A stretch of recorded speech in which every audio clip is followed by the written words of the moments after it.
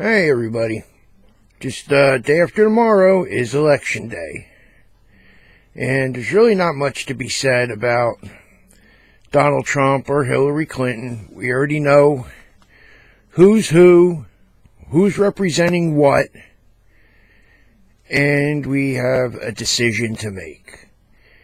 Is it going to be we elect Donald Trump and we start rebuilding our constitutional republic and restore our liberties and our faith and our values in our country and in each other?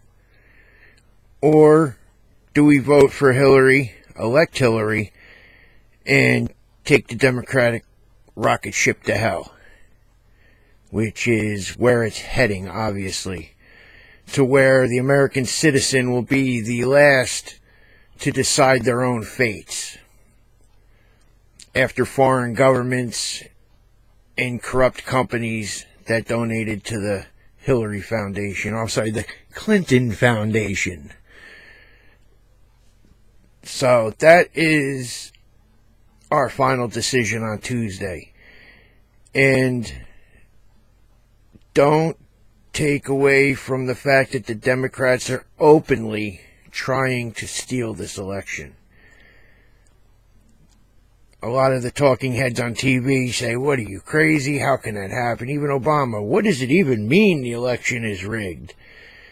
And we've seen everything from buses of people going from polls to polls into fractional voting rigged into the voting machines with corrupt programs is more like it. So I think it's going to be a pretty big landslide. I do. I think it's going to be enough of a landslide where Trump will come out a few points ahead and it'll look like he just made it by a little bit. But if he makes it by a little bit, he's probably got 10 to 15 points on the Democrats. And then the Republicans will have to make a decision. Do they want to support Trump and his agenda, the people's will, or do they want to fight him every step of the way until we vote him out in a midterm election? That would be step 2. Just because Trump gets elected doesn't mean the party's over, we won, here comes the peaches and cream. It's not going to work like that. It's just the first step.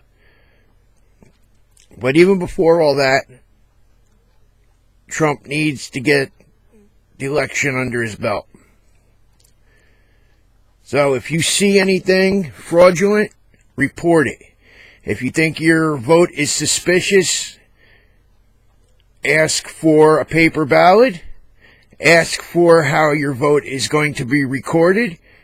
Anything to make sure that your vote counts. And then hopefully the Almighty will take it from there. There used to be a day where our leaders would call for a day of prayer, fasting, and humility during tough times in our nation. And I would say maybe Roosevelt or maybe Truman was probably the last one. And I don't think we fared very well since then. You know, between Vietnam and other foreign relationships, our decay at home. So, I ask you, do you think it's a good idea to have a day of prayer and humility and fasting? I sure will be praying for Donald Trump in our country come Tuesday. Maybe even beforehand. So, I mean, the battle lines are already drawn. So, whatever happens, vote. Don't take for granted that Donald Trump's got it won. And don't listen to the talking heads on TV media that say it looks like Hillary's got it in the bag. Everybody's got their voting time. Eastern time zone closes 3 hours before the Pacific time zone. So, in the Pacific time zone, you hear that Hillary's ahead, just go vote. your conscience and do what you got to do. And let's hope for Trump to get in. All right. All I can say is, if you're still not sure, go on the internet and look up Hillary's corruption and look up some of the Donald Trump rallies. Like I said, his rallies are pretty impressive.